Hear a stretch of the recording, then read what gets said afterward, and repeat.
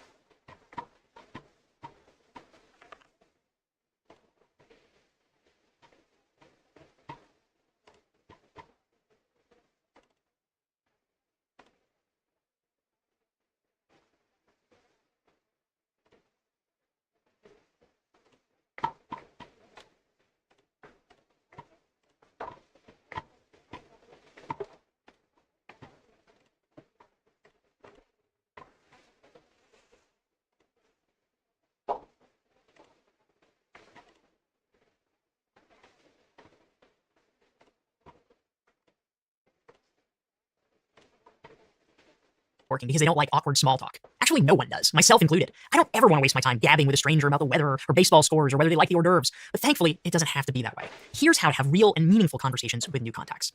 First, whenever possible, research them in advance.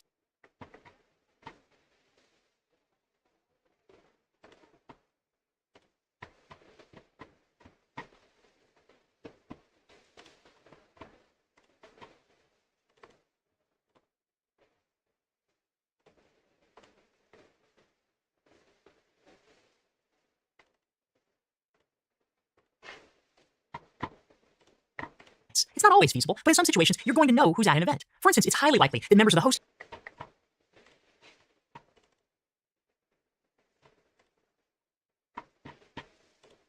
committee will be at a fundraiser, or that someone who's active in the Chamber of Commerce will be at their holiday party, or the colleague might go to his professional association's annual conference. In that case, you can research them in advance, so you know a little more about them and their backgrounds and interests, so you can steer the conversation in fruitful areas. I once met Keanu Reeves at a fundraiser, and because I knew he'd be there, I did some research to figure out what I could talk to him about. It wasn't just the movie The Matrix. It turns out he owns a motorcycle company and was delighted to talk about that, and we spoke for more than 20 minutes. Next, converse with the goal of finding commonalities. When I interviewed Robert Cialdini, the eminent psychologist, about what you can do to make a favorable first impression on someone, he told me the best thing you can do is to find something you have in common. That shifts the person into now seeing you as a peer or someone like them. It doesn't even have to be a profound connection. It could be living in the same neighborhood or having kids the same age or liking dogs or having gone to the same school. You can start with a reason you're both at this event and work from there. Another way to make your conversations more meaningful is to find out what they're passionate about. When it comes to building real connections, it's also powerful to ask the question, what are you most excited about right now? That gives the person the opportunity to steer the conversation to something they really care about. It could be work-related or a hobby. Maybe they've just had a breakthrough in working to cure cancer, or maybe they've had their first child, or they've taken up hang gliding.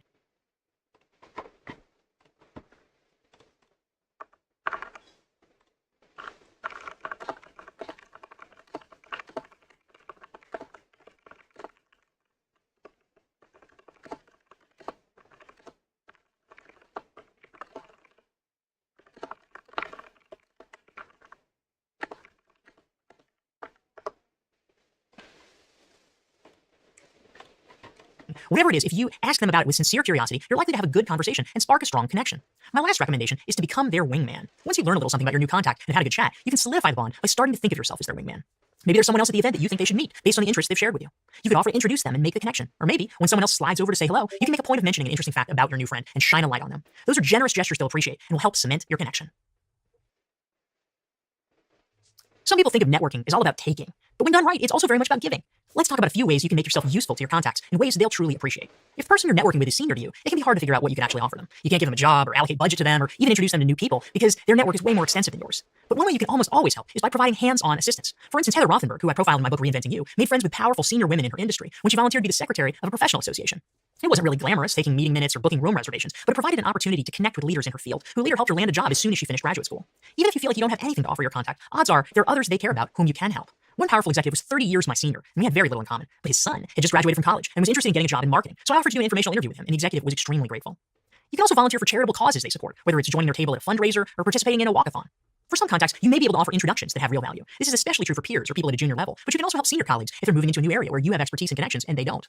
For instance, you may know a lot of podcasters, and that may not be particularly relevant until a senior executive at your company authors a book and is looking for opportunities to promote it. All of a sudden, your contacts become quite valuable. But be smart. Don't just blindly introduce people. Make sure you have both parties' permission to make the introduction before you do so, and then explain precisely why you think the two parties should connect. Don't leave it to chance and be sloppy at this final stage. Sometimes what your contact might need the most is information. A very prominent business author who hadn't published a new book in more than a decade reached out to me because he wanted advice on book marketing in the social media era. He had sold a lot more books than I had, had a much higher profile, but I had more up-to-date information and was able to be helpful. Sometimes your perspective can be unique and valuable. If you're dealing with a senior leader, oftentimes it's difficult for them to get unfiltered access to on-the-ground perspectives about the organization. They may value your insights precisely because you're not in the senior leadership ranks and be eager to hear what you have to say. Even small, simple gestures can have a big impact. Elizabeth Amini, another person I profiled in Reinventing You, made a $10 donation in the name of each of her mentors after the Asian tsunami. It was a small gesture, but it led to tremendous goodwill. Very few people take the time to do something like that, and it does get noticed. Effective networking isn't just about what you can get from someone else. More importantly, it's about how you can give back thoughtfully. Whether it's providing hands-on help to them or others they care about, making strategic introductions, offering information or insight, or just making small, kind gestures, your generous approach will set you apart. There are a lot of networking events out there. Just open up a copy of your local business journal and you'll see dozens, if not hundreds. But your time is limited. Which should you bother going to?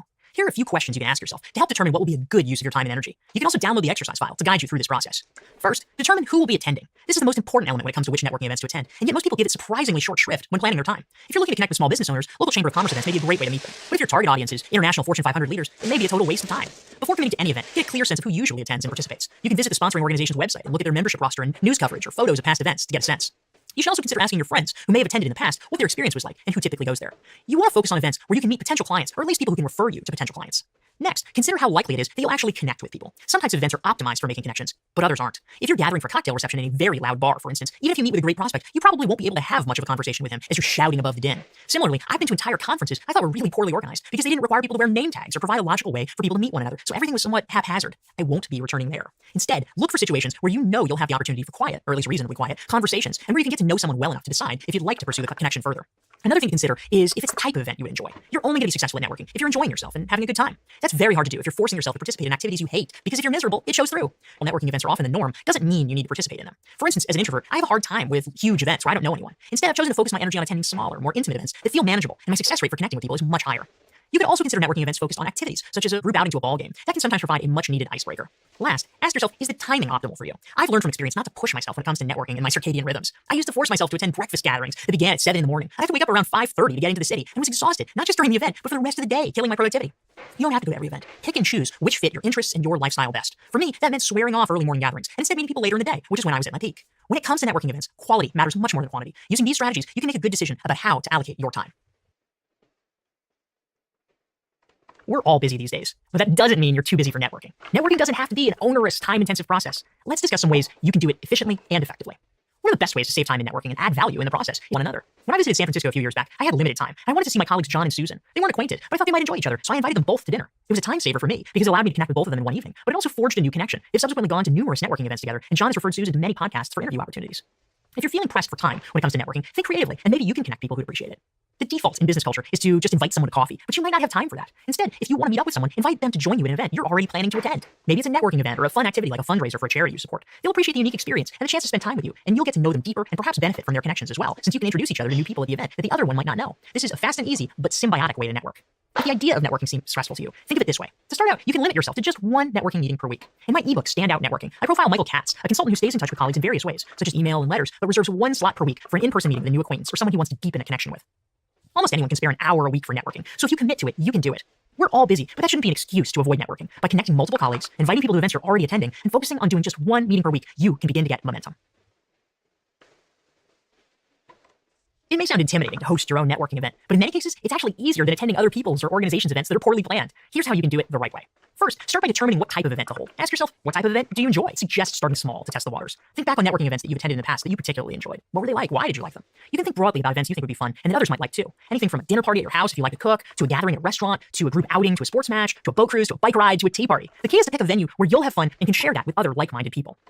Next, decide how to choose your attendees. Think about at least 3 and no more than 10 people that you'd like to bring together. Ideally, the group should have a common strand, so it will be easy for them to find things to talk about. Perhaps it's people who work at your company or people in the financial services industry, or people who are fellow supporters of your favorite charity. As you get more advanced in your hosting skills, you can begin to bring together more eclectic groups. But to start out, think about similarities and who you think would enjoy coming together. If you want, you can team up with a trusted colleague and each take responsibility for inviting half the guests. This can be a great alternative, but make sure you're on the same page first about who you'd like to attend and how the event should be run. Last, determine how to structure the event.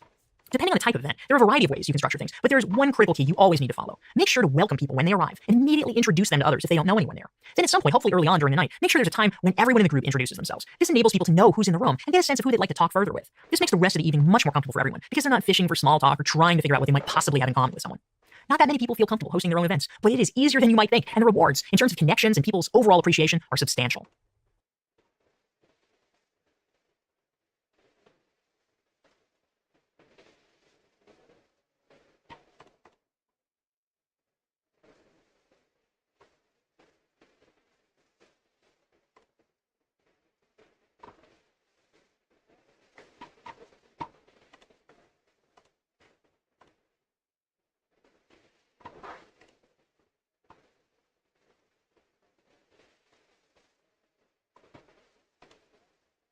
Social media certainly isn't a replacement for face-to-face networking. There's still nothing like connecting in person, but that's not always possible. So social media can be a helpful adjunct. Let's talk about how you can use it effectively. If you want to connect with a busy or powerful person and you don't have any mutual friends who can make an introduction, it might be hard to get past their gatekeepers. But social media is one good way to do, besides perhaps the CEOs of large corporations, handle their own social media. If you start commenting on the updates they share on LinkedIn or retweeting their posts on Twitter, if they're active on social media, they'll likely notice. Of course, you don't want to do it every day and look like a stalker, but an insightful comment or a retweet every week or two will likely get you on their radar in a positive way. It'll also lay the groundwork for a good response once you meet them in person, perhaps at an upcoming conference. Once you do meet someone, social media provides the perfect way to follow up. Of course, you can send them a nice email mentioning your conversation and how pleased you were to meet them, but you can cement the bond by sending a LinkedIn invitation or starting to follow them on Twitter or other platforms where they may be active if you're not already connected there. That gives you multiple touch points with them and decreases the likelihood of them forgetting who you are, especially if you take steps to stay top of mind moving forward. Once you're past the realm of immediate follow-up, you need to figure out your longer-term strategy for staying in touch with your new colleague. For instance, if they're mentioned in the news media, you can share those articles and tag them with a congratulatory note. You can continue sharing and commenting on their blogs, podcasts, or other content they create, and it'll carry more weight now that they know who you are. If they have a more limited public profile, you can make a point of messaging them on social media if their company is lauded in the press, or sending them links they might enjoy related to their personal hobbies. All of that will ensure they know who you are and won't forget you over time. Social media will never replace interpersonal networking, but it can augment it powerfully and ensure your contacts know exactly who you are and what you can do.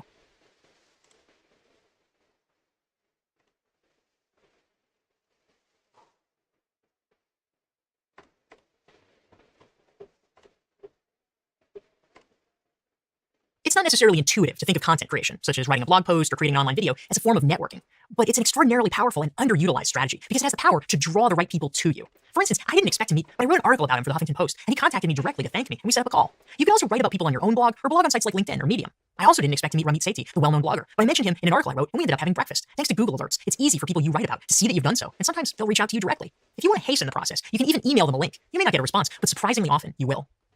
An even more direct way to meet interesting, high-level people is to ask to interview them. If you have a podcast or a blog, oftentimes people will say yes, especially if they have a book or new project to promote. If you have mutual contacts who can introduce you, that's the best. But if not, just send along a short email asking if they'd be open to an interview and include sample links to past interviews you've done. Don't immediately ask the most famous person for an interview. Work up to it with people you know well and will be tolerant of any rookie foibles as you get comfortable with the process.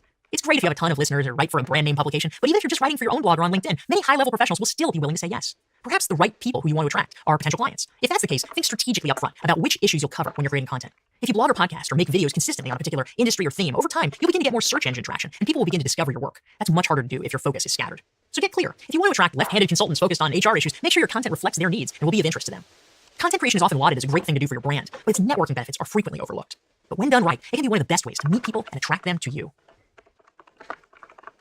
The sexy part of networking is meeting new people, but the more valuable part is keeping in touch and deepening your existing relationships. Let's discuss some ways that you can do that effectively. It can sometimes be confusing as to how to follow up with someone, especially someone you don't know well. What can you say stalkerish? Think back to your initial meeting or meetings with them and try to write down key details you remember. The town they live in, their favorite sports team, or hobbies. This can be useful because it provides you with opportunities and good excuses to get in touch. If their team wins the Super Bowl, for instance, you can shoot them a quick note. If their town gets flooded, you can email them to see if they're okay. If their company wins a large contract that gets reported in the newspaper, you can congratulate them. These are all very natural ways to be in touch that don't seem strange or out of place. For each key contact, think about how often you should be in touch. You probably don't want to pester a potential client every week if they've told you they won't be making a decision for another 6 months. But you certainly don't want to let too much time go by, or you risk them forgetting you. Perhaps a monthly check-in call or email would be optimal there. For each key contact, write down how frequently you want to make sure you're in touch with them. Some online CRMs or customer relationship management software systems can track this for you, but you can also choose to do it manually and keep track in a spreadsheet if you prefer. You don't always have to follow up in the same way. It's actually more effective if you use different strategies, so you can test what people respond best to. My preference is for people to email me, but you can stay in touch with colleagues in a huge variety of ways. If someone's a dedicated social media user, perhaps you can tweet him periodically. Another colleague might be old school and prefer actual telephone calls. For someone who's really like to prioritize, perhaps you can invite them out for a meal regularly. And just about everyone these days appreciates handwritten cards, which have become quite rare. The method of follow-up you use matters far less than the fact that you do it. Most people take a wham-bam approach to networking, constantly seeking new people to meet, but never properly following up with the people they've met in the past. Doing so will set you apart and make a powerful impression. Too often, networking gets a bad rap. It's viewed as transactional and sleazy, when in fact, if it's done right, it's the opposite. It's building long-term, mutually beneficial relationships. Begin by prioritizing your top contacts, the top 10, 50, and 100 people who can make a difference in Facebook and do it. Next, think about how you'll work to deepen your relationship with that person. Maybe it's inviting them to join you at a networking event or sending them periodic emails to say hello or offer congratulations. And for each, it's also important to think about ways you can offer value and give back. It could be anything from advice on search engine optimization to tango lessons or doing an informational interview with their son. But look for ways to give to those who matter to you. That will create a positive cycle that will strengthen your network and ultimately make your business more successful. It's my hope that this course has made networking seem a little less intimidating or phony and a lot more real and more fun. That's what will really help your business and your career.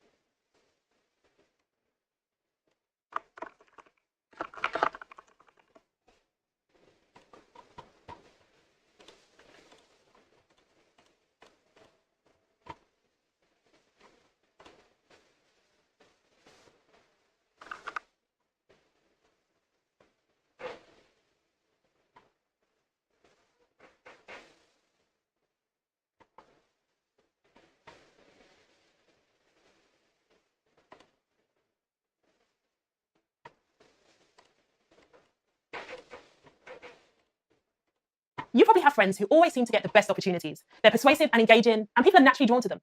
This is not by magic. They've learned these skills and are tapping into them in order to progress in their career. And you can do the same. Your ability to make an impact and influence those around you is crucial to your success. For the past 15 years, I've advised senior leaders at Fortune 500 companies, professionals, and entrepreneurs on how to communicate their value, increase their visibility, and create influence so that they can truly thrive. I can't wait to share all I've learned with you. In this course, we'll start by understanding why self-mastery is foundational to your progress. Then, we'll delve into your unique strengths so that you're clear on your value. Finally, we'll look at how to get noticed by key decision makers in person and online. Ready to own your strengths and become unstoppable? Let's get started. What if I told you that the average person has approximately 12,000 to 60,000 thoughts per day? Of those thoughts, a whopping 80% are negative, and 95% were exactly the same repetitive thoughts as the day before. Wow. So what does this tell us? It tells us we have to work at being happy. Happiness is a choice. Of course, we're not always meant to feel optimistic. That would be pretty weird, wouldn't it? We're human, experiencing a range of emotions throughout the day. The real work is managing our thoughts to help us focus on the task at hand and not be too swayed by negative beliefs or events outside of our control. Limiting beliefs or thoughts or stories we believe to be true that hold us back. They tend to have a negative impact on our life, preventing us from moving forward on a personal or professional level. Ariana Huffington calls this the obnoxious roommate living in our heads. This roommate, she says, is there to hold us back and tell us we're not good enough to succeed. Have you ever had an annoying roommate living in your head? I sure have. What we think, particularly our limiting beliefs when not paying attention, have major implications on our happiness and subsequently our career success. For instance, if you're an introvert like me, who didn't always feel comfortable or feel the need to speak up in meetings, consider what may be holding you back from putting yourself forward. When I moved to New York from London for work, I got a huge culture shock. New York is known for being fast-paced and loud. The corporate culture is no different. Everyone seemed really confident and outspoken. So different to the reserved culture I had grown accustomed to in London. I quickly learned to step out of my comfort zone and start speaking up for myself because people initially overlooked me in meetings, assuming that because I was quiet and reserved, that I had nothing to say. To feel more comfortable speaking up, I began to ask myself, what story am I telling myself as to why I can't speak up? What limited thought is running on a loop without me even realizing it? What's the worst that can happen if I do speak up? Not speaking up may not seem like a big deal in isolation, but imagine 6 months of holding yourself back. 6 months of not putting your voice into the room, not making an impact, not influencing others. Over time, it becomes a self-fulfilling prophecy. You end up feeling miserable, suppressed, and isolated in some cases, the very thing you want to avoid. Here's the thing. Our thoughts create our beliefs create our reality. So as you go throughout your day, I encourage you to pay more attention to your thoughts. Here's an action you can take. Jot down some of your recent thoughts. Which thoughts are empowering you? Which limiting thoughts do you need to let go of? Are the negative thoughts you've been thinking true? Who told you these thoughts were true? Once you become more aware of the thoughts you choose to think, you'll see that self-awareness is truly the first step to managing self-talk. And remember, you're in more control than you think. One of my favorite quotes is by business leader Mary Kay Ash. There are 3 types of people in this world: those who make things happen, those who watch things happen, and those who wonder what happened. You're watching this course, so I'm guessing you're someone who wants to make things happen. And I'll help you get this mindset. The mindset you have plays a key role in how you show up at work, your ability to influence, and your overall sense of fulfillment. There are 2 kinds of mindset: fixed or growth. In a fixed mindset, people believe basic qualities such as intelligence or talent are set in stone. They also believe talent alone is the reason for success. Comparatively, in a growth mindset, people have a more adaptable outlook. They believe that their most basic abilities can be developed through dedication and hard work. The times my clients have felt stuck in their career is more often than not due to them having a fixed mindset. My client Sarah dreaded speaking up in meetings because she told herself she was bad at speaking in public. Instead of practicing to improve her skills, she stays quiet, stuck in her head. She doesn't bother trying, telling herself, I don't want to look stupid. What if I stumble on my words? Sarah has a fixed mindset. Her colleague Monique dreads public speaking too, but she knows being able to speak well to articulate her ideas is key to her career success. So she works at improving. She signs up for classes, she puts herself forward to as many speaking opportunities as possible. She even starts hosting the weekly team meeting, then the monthly department meeting. This not only boosts Monique's confidence, it increases her visibility with senior leaders who get to know her and learn more about her contribution to her team and the wider firm. Simply by stepping out of her comfort zone and adopting a growth mindset, Monique's created a standout personal brand for herself, resulting in more opportunities. Here's an action for you to take. Take a few moments to reflect on the type of mindset you typically adopt when it comes to developing your career. Reflect on a recent scenario at work or in your business. What role did your mindset play? Have you been making things happen for yourself with a growth mindset? Or have you been holding yourself back, doing what you've always done, afraid to try something new? Where could you have been more open-minded and flexible to change? Being fully in charge of your career and the mindset you adopt is not nice to have. It's a key part of your survival. Adopting a growth mindset means taking full responsibility for your career. Affirmations are powerful in developing a growth mindset, especially if you struggle with negative self-talk. They teach your brain a new way to think. Studies show that if you repeat phrases to convince your brain that you're a confident and a capable person, for example, your brain starts to subconsciously search for signs that will make this true. I encourage you to download the Positive Career Affirmations handout to dig into this deeper. While it may seem challenging at first, rest assured that working on your mindset is a rewarding investment both to your career and overall progression. Don't think it, ink it. Are you someone trying to keep a million tabs open in your head? My invitation to you is don't. You're not a computer. Instead, get into the habit of jotting your thoughts down each day, or as and when you feel called. A cathartic billionaire Richard Branson says he could never have built his multi-billion-dollar empire without those few bits of paper. I couldn't agree more. There is power in the pen. So let's delve a little deeper into journaling. Journaling does more than just record memories or capture your thoughts. It's great for your overall well-being and mental health too. Take my friend Danielle. I met her for pizza the other night and she seemed so stressed. So I asked what was wrong. I've just started a new job and I'm managing a much bigger team. I constantly feel stressed. The other night while at home, I felt a sudden surge of anxiety wash over me, she confided. Have you ever felt like Danielle before? While I didn't know the exact ins and outs of her role, I encouraged Danielle to begin journaling her thoughts to get them out of her head and onto paper to calm her anxiety. Now, you may feel journaling isn't for you, but the benefits of consistent journaling are too big to ignore. Journaling can reduce stress. Writing about challenging experience can help better manage them. Boost your mood. There is something cathartic about emptying your thoughts onto paper to clear your mind. Career progression. Journaling is a great way to reflect on your progress, document your wins, and identify areas to develop. The key thing to remember when journaling is to allow yourself to get curious without self-judgment. Acknowledge whatever comes up for you, the good, the bad, and the ugly. Give yourself permission to freely express yourself. Here are a few prompts to get you started. What am I feeling right now? What's going well for me? What fears are holding me back? Take the time to note down what comes up for you. Be kind and gentle with yourself. Many of us struggle to start or simply don't know what to write when it comes to journaling, but don't let that stop you. Remember, it's for your eyes only. No one is expecting you to be Shakespeare here. The key thing is just to put pen to paper. Start where you are, then go from there. No one is you, and that's your superpower. But how often do you check in with yourself to assess your strengths and weaknesses? Many of us struggle to fully own our strengths, or even feel we don't have any. That's why it's important to reflect often on how fulfilled you feel in your work by with you doing things that don't even light you up. Joanna, one of my clients who comes from a traditional middle-class Asian background, felt pressure from her family to become a lawyer and pursue what was deemed as a secure career. 1 year of working as a lawyer, she was miserable. She'd been suppressing her desire to pursue a creative career as an interior designer for too long. Putting her family's wishes above her own had clouded her own judgment. So Joanna decided to take some time to gain clarity on her strengths as she made this career transition. She knew she needed to listen to her inner voice to feel fulfilled, or would be left wondering, what if, forever? If you're in the same position as Joanna, here are 4 tips to identify and get clear on your strengths. Number 1, reflect. Start by evaluating yourself. Note down your core skills, strengths, and areas to develop. In Joanna's case, she has a creative flair and an eye for colour. Great skills for an aspiring interior designer, something Joanna loves. The point of this exercise is to delve deeper into who you are and your short to long-term objectives. Number 2 is to design your ideal day. Imagine you have a magic wand and you can design your day any way you like. What does the start of your day look like? What core strengths will you be using? Will you be advising clients or working solo? Will you be working in a busy city or a quiet suburb? What will your commute look like? I love doing this exercise, so have fun with it. Don't limit your imagination. Allow yourself to dream. Number 3 is to ask a friend. Seek out someone who knows you well and ask them to name 3 of your top strengths. This is a helpful approach because it removes the potential for personal biases to impact your own self-assessment. Number 4 is to use a strength test. If you're still unsure of what your core strengths are, take a test to dig deep into this. Some of my favourites are Myers-Briggs and the DISC assessment. Both are available for free online. Whatever approach you decide to take, it will take time, commitment, and courage to lean into what you discover and to make the necessary changes. Be patient with yourself and don't be afraid to explore whatever comes up. Can you think of someone who's widely celebrated, but no one knows that they exist? Me neither. Contrary to popular belief, your value does indeed decrease based on someone's inability to see the value you bring. This is especially true at work. The right people know about you, because it means nothing to be amazing at what you do, but you're the best kept secret. So how can you create more of an impact? Let's start by crafting a strong elevator pitch. See it as your own personal movie trailer. Let's imagine you're sharing the elevator with the CEO of your company or a potential client. You've just a few seconds to make a good impression with them. Grab attention quickly or be forgotten. The goal here is to leave them excited to learn more about you. It may be your first and last chance. And remember, an elevator pitch is not an opportunity to close a deal, it's an opportunity to close more of a person's attention and time. A quick introduction to you and how you help. So what problem are you solving in the work you do? Most people usually just describe their job title, and this immediately limits you because it doesn't tell your personal story so that people can understand the why behind what you're doing. So here's what I invite you to do instead, using this simple formula. I help X get to Y so they can Z. X is who you help, Y is the problem you solve, and Z is the outcome, the transformation that you deliver. So instead of just saying, I'm a marketing manager, let's make it more compelling, impactful, and memorable. We do this by replacing the title with a powerful outcome-led statement. I help senior leaders in the wellness industry boost awareness to increase sales by at least 10% year on year. So here's an action for you.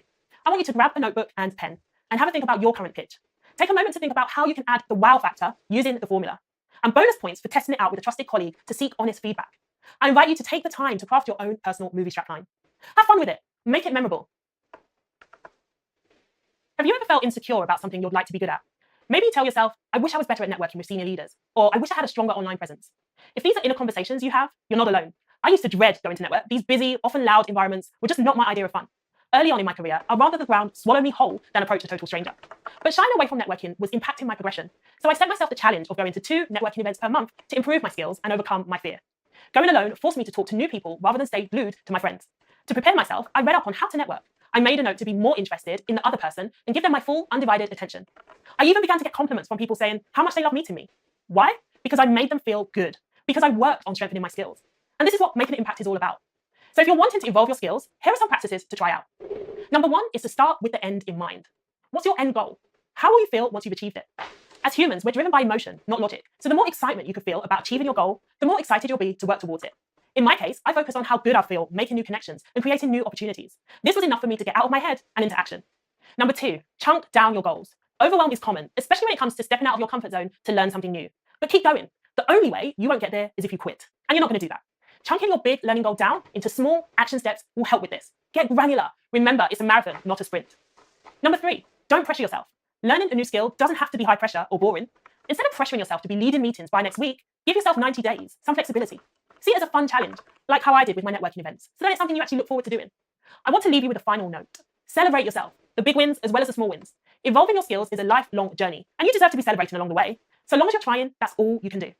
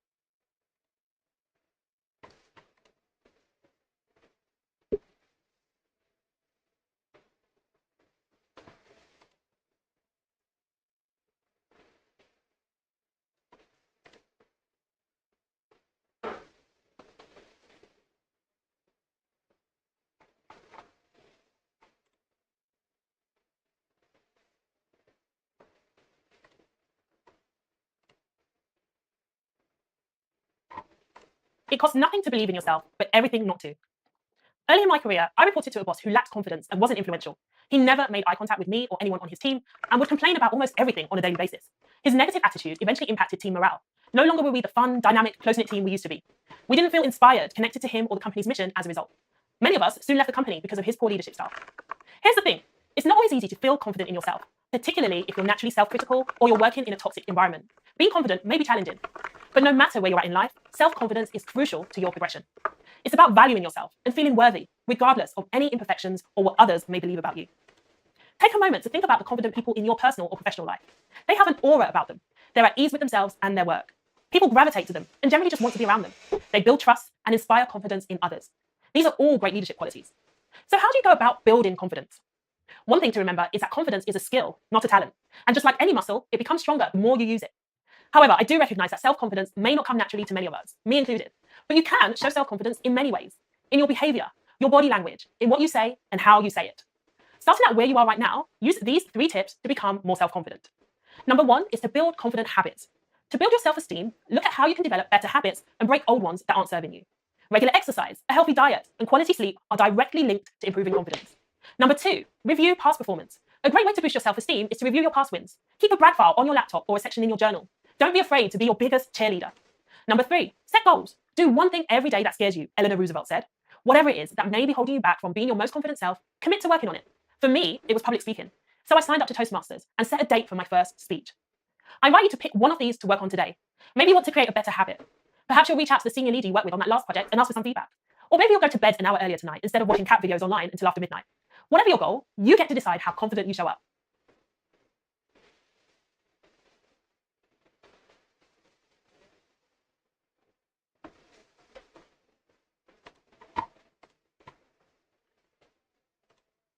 Have you ever wondered why certain people always seem to get the best opportunities? Their names come up in conversations, they're visible to key decision makers, and they always seem to work on cool projects. I'll let you in on something. This isn't by chance. These people were making a point to get noticed. Your success is directly linked to the time you invest in relationships. When I first started a job at a global company, I knew that unless I was intentional about forming relationships with the senior leaders, I'll struggle to progress in the role. Each month, I set a goal to meet new people in different departments to find out more about them, their role, and how I could support them. So here are some strategies to help you build relationships and get noticed by key decision makers. Number one is to build relationships throughout the company. Don't just sit in your corner of the office. Make a list of 5 to 6 key decision makers throughout the company that you want to get to know better. Be intentional about who you select. Then get some time on their calendar. The goal here is to learn more about them to understand their goals and what success looks like to them. Number 2, put yourself forward. A great way to be visible is to volunteer for profile-raising projects. It can help to build your reputation and better position you to senior leaders. Are they part of your Dream 5 list? Number 3 is to be strategic. The best leaders know how to balance working on their career with working in their career, which is the day-to-day operations. You want to look beyond your to-do list and think strategically about which opportunities will help you reach your career goals. Remember, your network truly is your net worth. So take the time to invest in your relationships and watch more opportunities come your way. When was the last time you updated your LinkedIn profile? Be honest, was it a week, months, or even a year ago? LinkedIn is gold, Gary Vaynerchuk says, and I agree with him. There's literally tons of opportunities awaiting you. I can't think where you can connect with key decision makers, position yourself as a thought leader, secure speaking opportunities, or even find your next role. These opportunities are open to all of us just by using LinkedIn strategically. In this digital age, we have to remember that people are going to do 3 things before meeting you in person. First, they will look you up online. Then, they will check you out on social media, all before visiting your website. This is why LinkedIn should form a crucial part of your online presence. See it as your digital portfolio. It's going to tell a story about you to the world, so make it good. Let's get into 3 tweaks you can make to your LinkedIn profile to help you stand out from others. So now, let's take a look at my LinkedIn profile as an example. Number 1 is to have a clear message. When writing my LinkedIn profile, I took time to get clear on the message I wanted to convey when people landed on my profile. What do I want to be known for? Is this clear? What do I want people to come away knowing from looking at my page? Number 2 is the About section. Your About section should tell a story that speaks directly to who you want to attract through your profile. Lead with the most important information first, then filter down from there. Let your personality show here. I like to use emojis, for example, because I use them in my daily communication. How you position yourself on LinkedIn is the first step to creating more opportunities using the platform. Number 3 is SEO words. I thought about the 3 to 5 SEO keywords that someone may enter into LinkedIn to find someone like me. I work in the personal branding, leadership development space, so I thought about the popular SEO words people were likely using when searching for someone like me.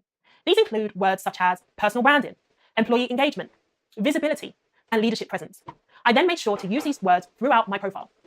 Bonus points if you show your updated profile to someone you trust to gain their feedback. It's always helpful to have a second opinion. There you have it. Use these tips to showcase your strengths to stand out powerfully on LinkedIn. Congratulations, you've made it to the end of the course. I've shared so many juicy gems to help you, from how to leverage your strengths, build confidence, and get noticed by key decision makers. I really hope you're feeling empowered to create more opportunities for yourself. Remember, you make things happen for yourself. It's not your manager or your manager's manager, it's you. How exciting is that? So commit to taking small, consistent steps each week on the items in this course. Set a date with yourself. Block out time in your calendar to work on becoming unstoppable. And be sure to check out the course Q&A tab to share the first step you plan to implement. Feel free to follow me on LinkedIn or visit my website, marialeguerre.com. I would love to know how you're getting on. You'll thrive by taking the steps I've shared with you. And just know that I'll be cheering you on.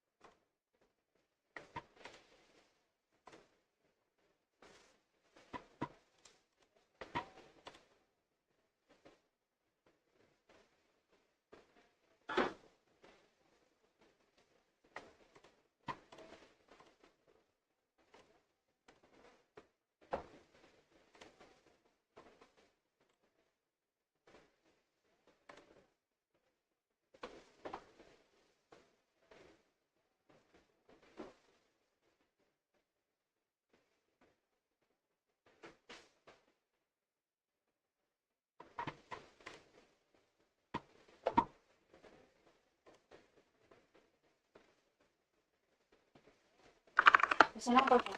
Minum ya. Hah? Hah? Ayo apa?